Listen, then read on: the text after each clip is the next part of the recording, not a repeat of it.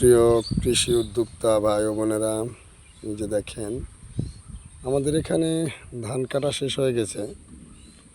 এখন বর্তমান আমরা ধানের আমন ধান যেটাকে বলা হয়, এই আমন ধানের চারা ফেলানোর জন্য আমরা জায়গা রেডি করেছি। এই যে দেখেন, এটাতে চারা ফেলাবো, জ্বালা যাকে বলা হয়, কেউ বলে জ্বালা, কেউ বলে বিছন। অলরেডি আমার কাছলা রেডি। আমরা এখন জ্বালা ফেলাবো, 2-1 দিনের ভিতরেই ধান ফেলাই দেব। আর এই যে দেখতে পাচ্ছেন মাঠ, পুরা মাঠ খালি, ধান সব উঠে গেছে, পুরা মাঠটাই খালি। খুব সুন্দর লাগতেছে মাঠটা খালি হওয়ার পরে। তার চেয়ে যখন সুন্দর লাগে, যখন দেখবেন যে আপনারা এই মাঠটাতে যখন ফসল হয়, তখন আরও খুব সুন্দর লাগে। মাঠটা খুব সুন্দর লাগে। পরন্ত বিকেলে একটু আপনাদেরকে দেখানোর চেষ্টা করলাম।